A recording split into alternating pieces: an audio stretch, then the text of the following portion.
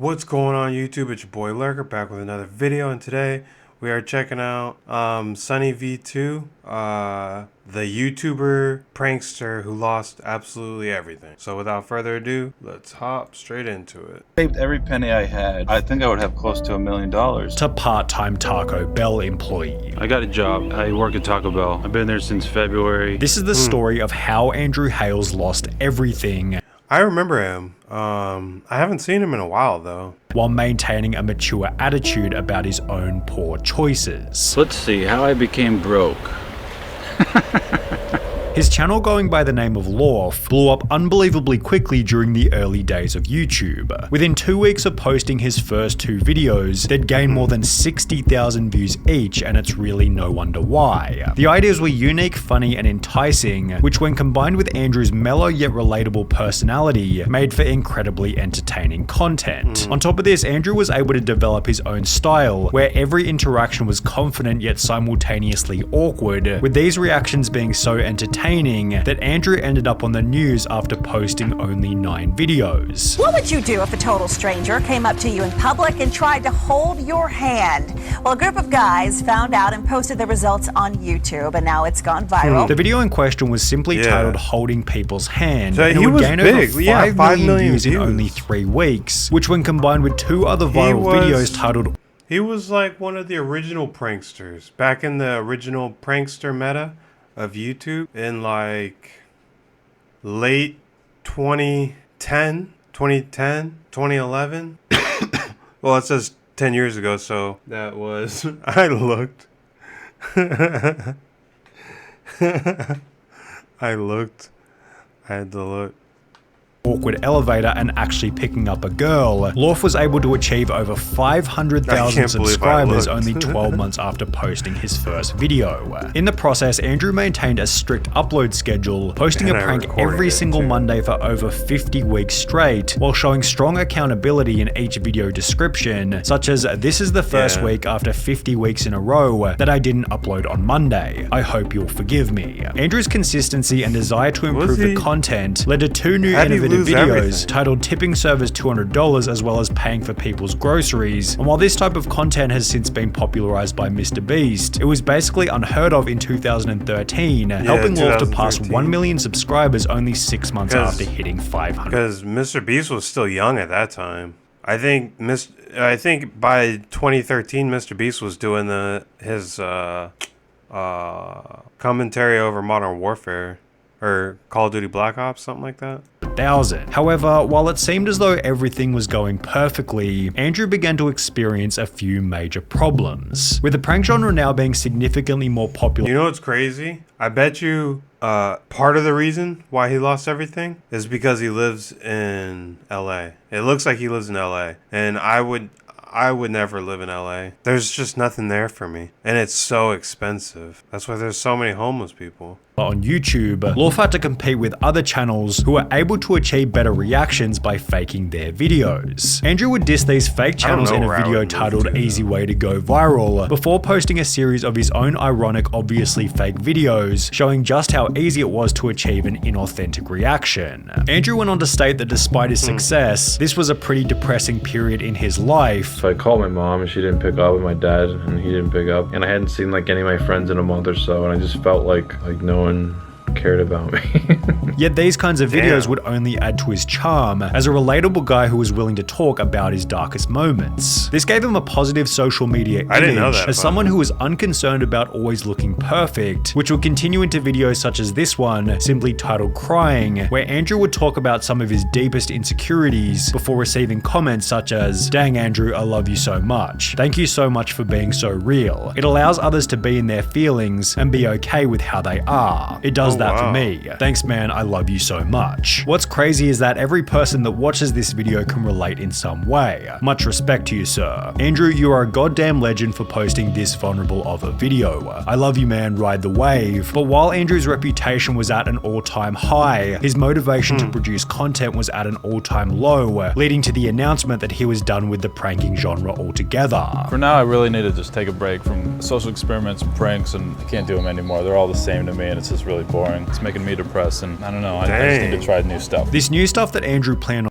Dang, I felt that right here. in my heart. Felt that in my soul. Trying was also explained in the video. Interview stuff. We have like a little set up at my apartment now. We're gonna try this Jimmy Fallon Between Two Ferns type thing with YouTubers, models, or whatever. With the teased interviews eventually becoming a series by the name of Chatting With. He began by talking to other YouTubers such as That Was Epic and Cody Ko. However, the real success began when he'd interview increasingly unique humans, such as chatting with a 400+ day Fapstronaut, chatting with a flat earther, and chatting with a 23-year-old stock trading millionaire, each of which helping Andrew to earn $250,000 in 2018. Andrew would back this up by earning a further $200,000 in 2019. By all accounts, it seemed as though there was nothing that could derail his success. He'd announced that the Chatting With series would continue into 2020. Got like 4 interviews already planned out, ready to rock and roll for 2020. Although there was no way that Andrew could have predicted what was just around the corner. I was doing these Chatting With. COVID canceled like the first 5 I had going into 20. Let me see, how many Chatting With were there? I was doing these Chatting With. Okay. There, if you guys wanted to look at them, there you go. You can pause it, see, get a taste of his content and go check it out. It's COVID Columbine the first survivor. 5 I had going into 2020, and so I had to start vlogging and experimenting. As mentioned, the pandemic put a stop to the Chatting With series, forcing Andrew to experiment with various unrelated videos. He posted dancing, skating, and reactions, yet none of these blew up to the same degree as his content really had in the messed everything past. up. When Andrew returned to the Chatting With series after isolation, each episode averaged only 50,000 views each, leading him to admit that the channel wasn't doing so well. My channel's been dying. I've been pretty lost this year. It's been a very humbling year, definitely. Which had been the partial result of a few poor habits. March, April, in quarantine, watching movies, smoking weed, drinking. It was awesome, but also depressing. However, in all actuality, Andrew's worst habit might have been overspending, as only 2 weeks later, he'd upload a video titled Credit Card Debt, in which he'd explained that he owed approximately $50,000 to the bank. Man, these credit card companies or banks or whatever, yeah, they really sneak up on you. And then whoops, $200 a month of interest accruing every month. By this point, Andrew's channel was only gaining 1 million views per month, with no foreseeable increase in the quality of the content, as he had to sell most of his YouTube gear just to service the loans. I had a 70D and a Canon 5D and 2 SM7Bs, and I just sold it all, and that paid off 1 credit card. In the process, Andrew moved out of LA to a more affordable area. We found this Airbnb 2 months ago for $400 a month, and we're just pinching pennies and just trying to rapidly get out of debt. Where he'd film a video titled How I Became Broke, summarizing the situation that he'd found himself in. Didn't manage my money wisely. I traveled a lot. I went to Russia, Japan. Another big thing is taxes. I always forget to save money for the taxes, and then it's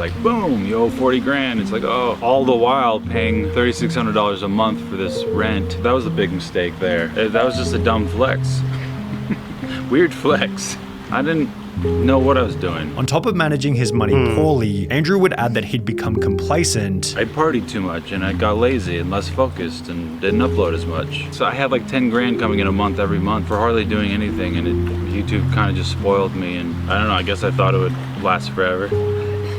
But it started to go down and down and down. And while it was depressing that he'd spent every dollar he ever made from YouTube, this video would also become a turning point. As was seen in the early days of his channel, Andrew's audience simply appreciated the honesty, with the entire comment section offering words of encouragement. I really appreciate his honesty. You don't know how hard it is to muster up the confidence to be able to sit here and turn a camera on, turn a microphone on, record what you think is unique content for the world, and everything is judged based off of numbers. Well, is this video that I made gonna get even 10 views? Who knows? I don't know. Damn. His ability to just keep it real and say vulnerable things out loud transparently is incredibly endearing. Inspiration to be more open. Andrew, you're a legend, man. Your openness and candor has positively impacted more people than you realize. Takes a real man to admit and truly reflect on the real mistakes one made. And in order to move forward and do better, you have to do just that. These comments, in combination with the video's strong performance, led Andrew in a brand new direction, where he'd basically document what it was was like to be someone rebuilding from zero, which turned out to be an incredibly entertaining genre. On the 1st of October 2021, Andrew uploaded a video titled "I Got a Job," in which he'd explained that he'd returned to old school employment. So I got a job. It's with this company called Amazon. It'll be like my first job in about 10 years.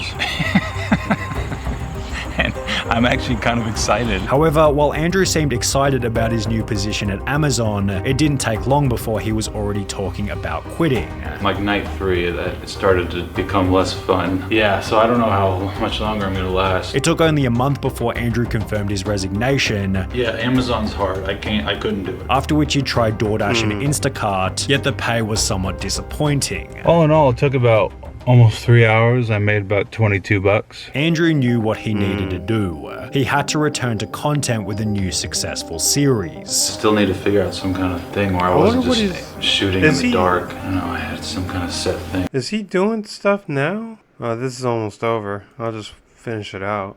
Still figuring that out. Taking inspiration from his chatting with videos, Andrew launched a series titled People On, in which he went out on the street to talk about a range of interesting topics, one of which being people on credit cards, in which it's obvious that Andrew has learned his lesson. Do you feel like credit cards are a good or a bad idea? I think they're a bad idea because nobody's taught how to use them. I agree. The series is yet to rival his previous work in terms of view count, yet the idea has... How to use a credit card?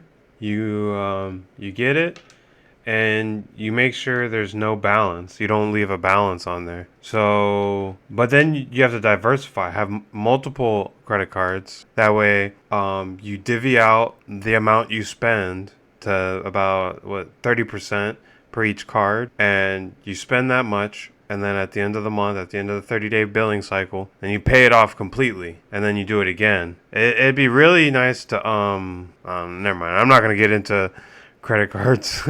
a lot of potential with but they are bad ideas. Some of his fairly basic episodes having achieved almost 200,000 views. With a bit more effort, the series could easily do over 500,000 views per episode. However, until then, Andrew seems pretty content with his new position at Taco Bell. I got a job. I work at Taco Bell. I work the drive-thru. Wicked easy. Love my boss and my coworkers. It's all very chill. I work Wednesday, Thursday, and Sunday. It's just a side hustle. I'm still doing YouTube. Andrew even stated that this wasn't the first time that this kind of thing has happened. I've done this like 2 or 3 times, and then I just eventually get out of it and get rich again.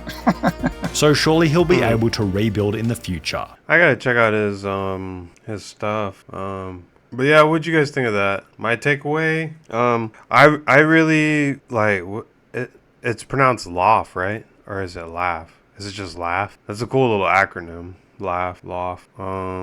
Well, oh yeah, my takeaway. I gotta check out his content.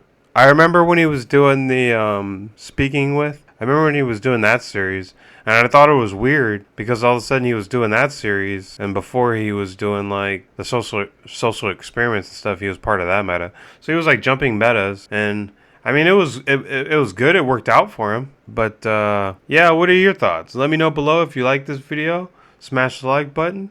If you want to join the lurkers, make sure you click the subscribe button and hit the notification bell so you get notified every time I make a drop. That's it for this video.